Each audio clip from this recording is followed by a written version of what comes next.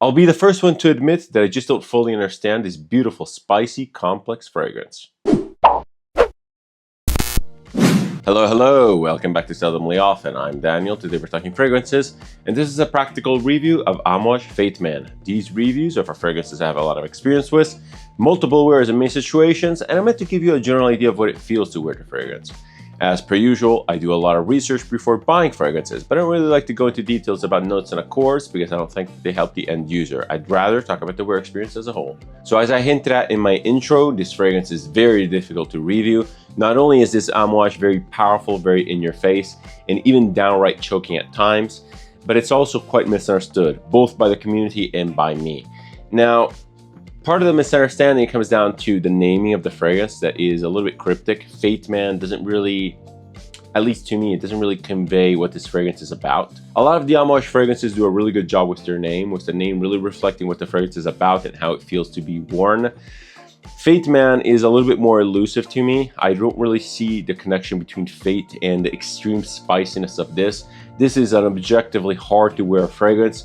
It's very bold, and despite having put in quite a bit of wears, I'm still kind of puzzled by it. So this is one of those cases where I definitely do not feel prepared enough to review this, but at the same time I decided to do it because I felt that talking about it and trying to explain it will kind of help me make sense of it. As you may know from my various reviews from the house and even my ranking video, Amouage is basically my favorite brand when it comes to fragrances. Fate Man is a discontinued fragrance from Amouage, and I've been sitting on this for quite a bit. I purchased this when it was announced for discontinuation. I saw a really good price for this 50 ml bottle. It was never really a popular fragrance to begin with. It's a very difficult fragrance to wear, very polarizing. So I figured that time was the best time, and I kind of jumped on it. And I have to admit that when I got this, I was initially put off by the scent. I kind of liked it, I kind of was intrigued by it, but at the same time, it was so heavy, so cloying, and so just overpowering. This has a very prominent cumin note. A lot of people say that it smells culinary, and I have to agree. This is one of the most culinary fragrances in my collection, and that was probably the aspect that was not really attractive to me. And I do like stinky scents, I do like weird things. I have Overture Man, which is one of my favorite Amouages ever, and that was an instant love for me, despite the heavy cumin note in that. This one here, though, for whatever reason, it didn't really click for me, and I kept going back to it, and back, giving it more and more wears. I wore this in pretty much every situation possible, and I'm still kind of puzzled. I'm not really understanding what this is about. I'm not really understanding the intent here. Some people talk about this kind of being an oriental fougere of sorts. I'm not really sure I agree on that. Maybe my perception of fougères is just skewed. But when this wears on skin, it's just very heavy. It's basically this droning, unrelentless type of scent, which to me is incredibly fatiguing to wear. I'm not even concerned or preoccupied by the cumin note or by the culinary vibes of this. It's just that every time I wear it, it's just so heavy, so fatiguing, and so kind of cloying. It's so fatiguing, in fact, that every time I wear this, I have to really set it aside for a while, because even just looking at it kind of gives me bad memories. Amouage Fate Man is a product from the most beloved creative director, Christopher Chong. He is known for his intentionality and development, so there has to be something to this. I've even watched many reviews, but no one was super clear about it. So if you have any ideas of what Fate Man is to represent, why is it called Fate Man, and why the art of the bottle and the box is the way it is, please leave it down below in the comments. I'm really interested. I feel that a lot of these Amouages that I kind of fail to grasp the meaning of would be a lot more transparent if I had access to the feminine or women's version of the fragrance. Sometimes when the fragrances are paired together, you really get a bigger picture. And I feel that I'm missing a piece of the puzzle on this one here. There's something about this that is unclear. And this especially clicked for me when I found out and I sampled Myth Woman, which is an absolutely beautiful fragrance. It really made Myth Man perfectly transparent and made the intentionality behind that fragrance really clear, and I love that experience. The same thing happened with Interlude Woman and Man, and everything seemed to click together when I finally sampled both fragrances next to each other. So yes, I do feel that I'm kind of missing the picture here. And I think it's a really cool idea that you could previously sample both men's and women's variations. Now you can't really do that because most fragrances are deemed unisex for whatever reason. I don't necessarily agree with that. Not because I'm in favor of labeling a fragrance for men or for women in a selective type of way, absolutely not. I'm for all fragrances for everyone, but labeling fragrances in that way really helps the creative direction convey a feeling. And it's perfectly natural that some fragrances lean more masculine as far as personality, and some fragrances lean a little bit more feminine. Now, everyone can wear everything, but having the both pictures together, the women's and the men's version, or the more masculine and feminine version together, really helps give an impression of what the creative direction was after when they thought about this. So yes, I am missing out. I am feeling that I'm missing out. This is the perfect example for one of those fragrances that I really like the scent of. It's beautiful, but I can't seem to pull it off. I can't seem to wear it. Maybe it's just not for me, but we're going to talk about the scent profile after we talk about the presentation. Presentation-wise, Amouage products are pretty much second to none. As I mentioned, this one here is a 50 ml bottle with the old style of presentation, with the writing on the side and the writing on the collar. This one here is actually even older than that. It features a non-magnetic cap, which is quite unusual. The cap itself is actually a little bit different in shape compared to the newer Amouage. It's a little bit more edgy, a little bit more flat and wide. The cap itself features a click-on action, and it snaps on the bottle, actually not very securely. It's quite easy to remove, so you do not pick this up from the cap. But again, this is not a real problem considering that most fragrances have the magnetic cap. The cap itself is actually really beautiful. It's heavy, it's elegant, and it's made in one piece. And this is actually a stark difference from the newer Amouage bottles with the new Sans Serif branding. This is actually something that a subscriber pointed out. He was concerned that one of his bottles was a fake, but alas, I checked my bottles and all the new bottles with the new font have a two-piece cap, which in my opinion is a severe downgrade. The atomizer assembly for the Amouage bottles is always pretty good. Nothing to write home about. They spray well. These are, again, very, very dense fragrances with a lot of oil in them. So let's give them a pass for that, I guess. Let's give it a couple sprays here.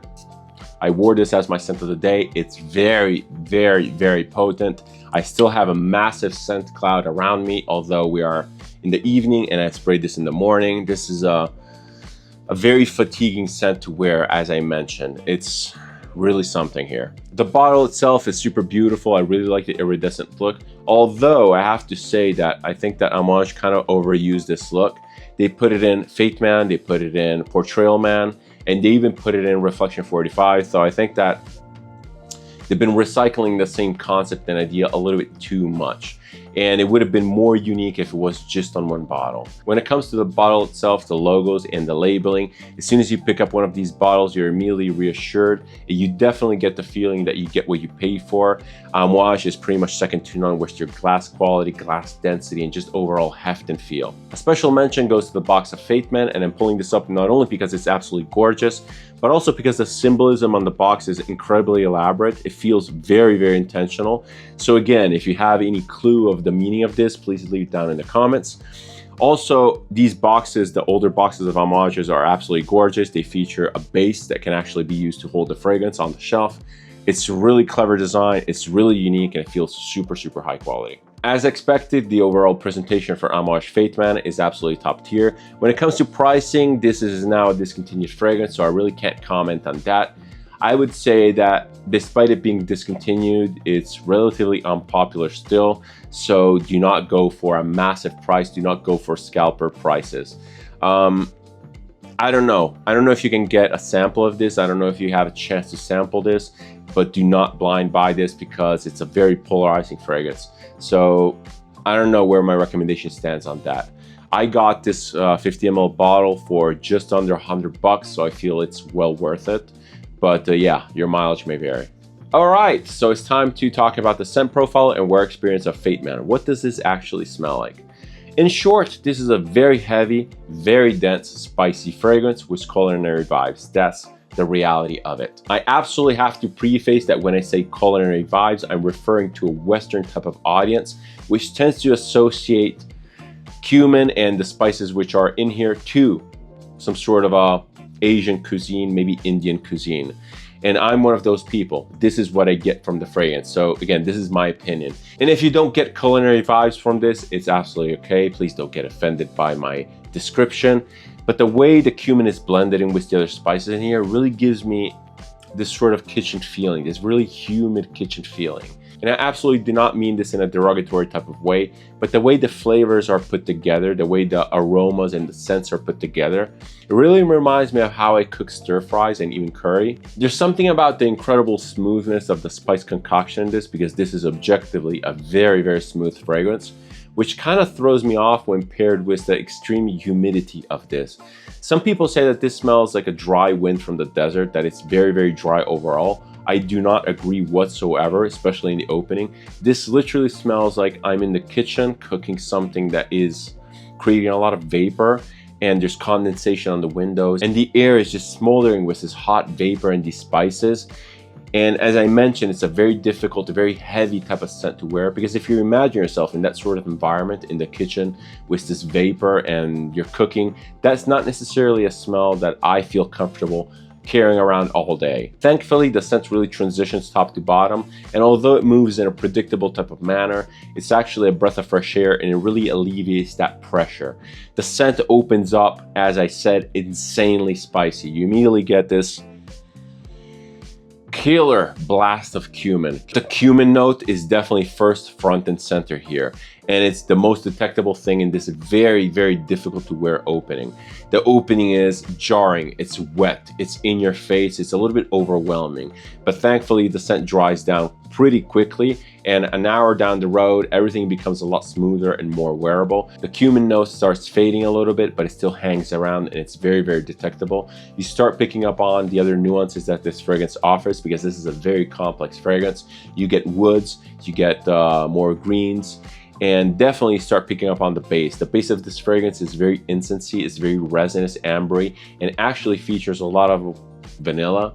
For whatever reason, it's very, very sweet, and that's the main characteristic of the wear experience. Overall, throughout the wear, this is a very heavy scent.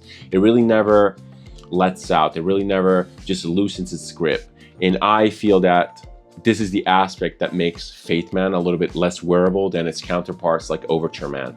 Overture Man opens up very, very cuminy, but it really loosens the grip and it really changes gear, and it gives you a different type of approach. This to me comes across as an unrelentless, heavy blanket of spice that is just like weighing you down, and it's especially difficult to pull off given how long lasting it is, because this lasts all day and it really never shifts gears. As I said, I really do feel that the mid dry down to deep dry down is where this fragrance really shines.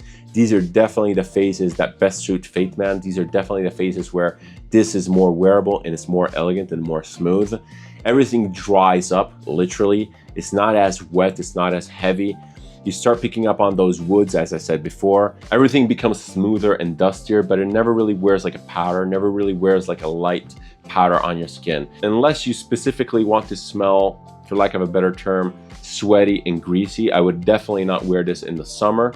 Although, for whatever reason, I kind of feel that this is designed to be worn in the heat. Something about this fragrance is kind of telling me to lean into that aspect and just kind of embrace the stench, embrace that sweatiness. It might actually work really well. It's one of the things that I discovered with Jubilation 40. Heavy, oily scents actually work well in the heat. But there's something about the scent profile for this which would make me feel kind of uncomfortable. When it comes to practicalities, Fate Man is a little bit of a mixed bag. Performance is absolutely stellar. Longevity is incredible. You get 12 hours plus. If you spray this in the morning, you're gonna be smelling like this all day long. It's a huge commitment. Projection is massive for the first 2 hours-ish.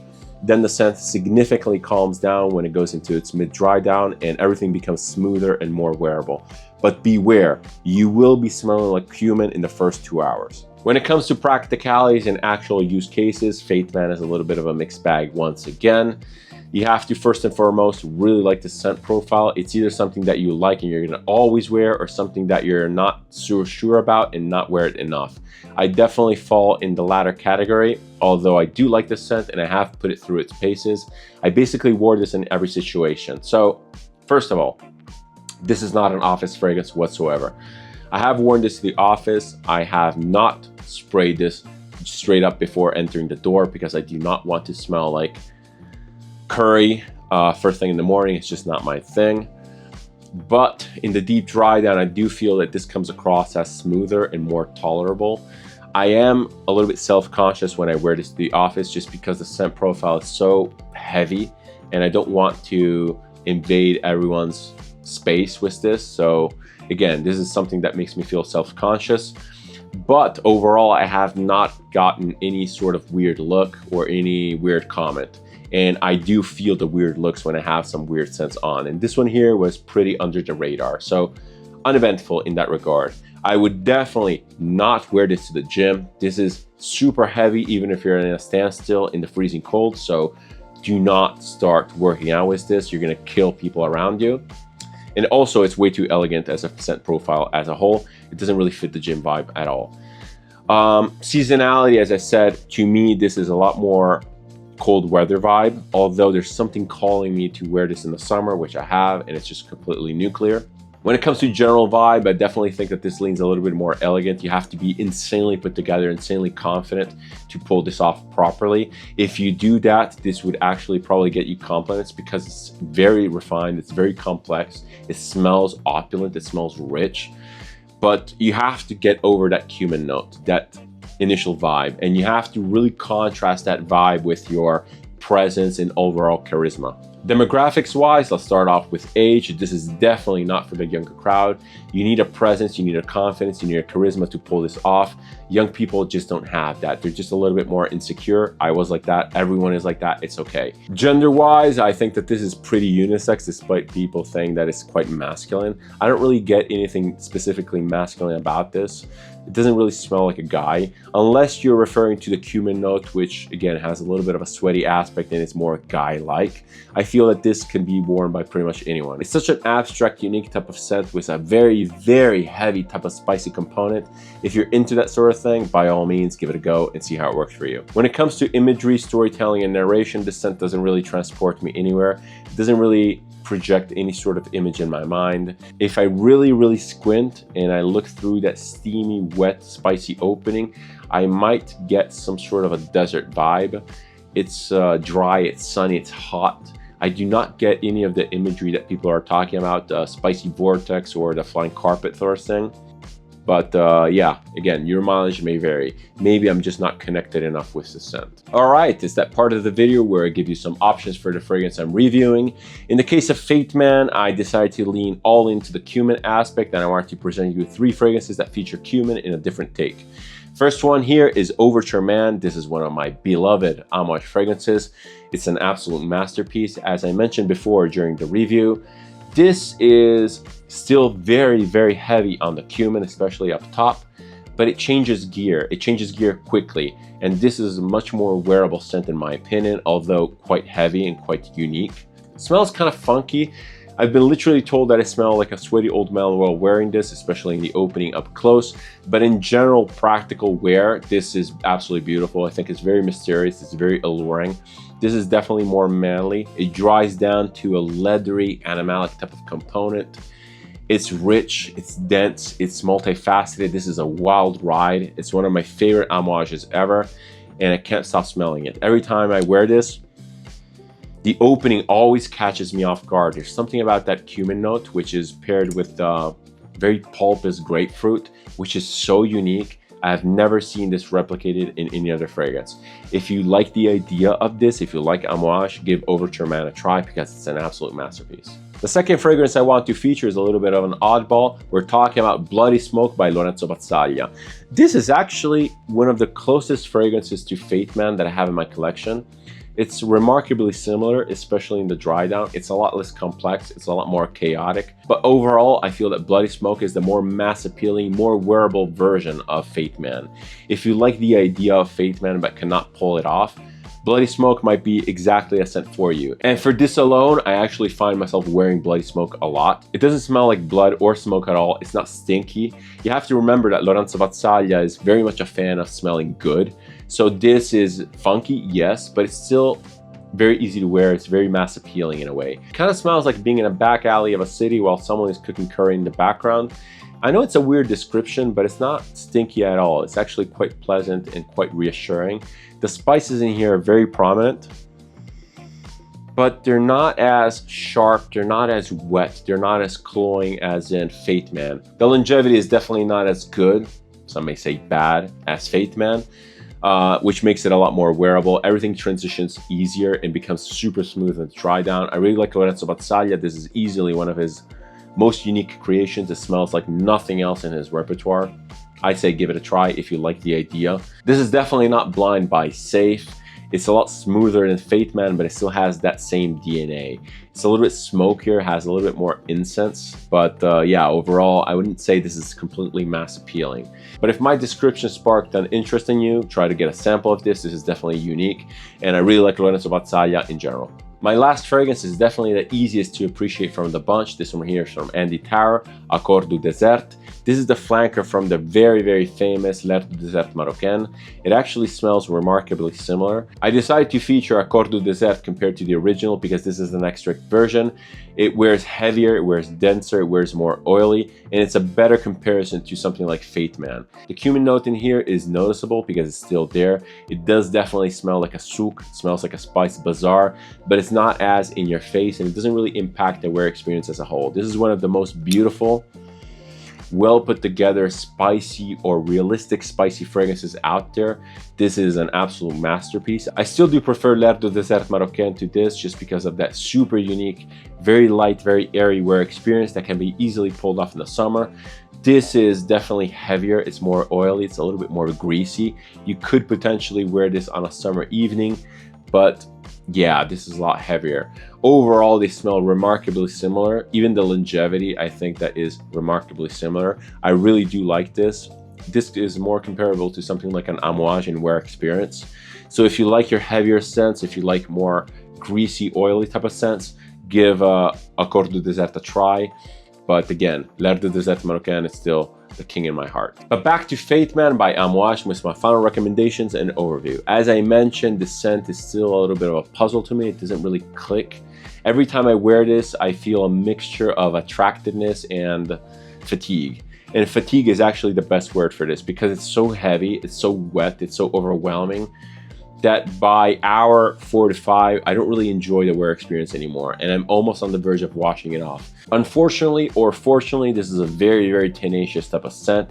It's not easy to wash off. It's a huge commitment, and this is one of the reasons why I struggle to pull this off. I struggle to wear this just because it's such a long-lasting endeavor. I will still give this a chance. I will still wear this, but yeah, it's definitely not my favorite Amouage. It's not an instant love, and even after many, many months of wear, I'm still kind of on the fence with this. I like it. I like that it's so unique. I like Karine Michon-Spenner, the perfumer. She's actually one of my favorite perfumers. I forgot to mention this in the intro. This is so unique. She is so creative with her fragrances, and I would love to pick her brain on why she put this together in this specific way and what was the thought process behind this. When it comes to recommendations, Fate Man is a little bit hard to recommend, not only because it's a discontinued product, which means it might be more difficult to get your hands on it, but also because it's such a polarizing scent profile that I just can't recommend people go out and sample it and go out and try it or buy it. This is definitely not a blind buy safe perfume. You really need to sample this. It might be love, or it might be just not for you. It might be actually hate.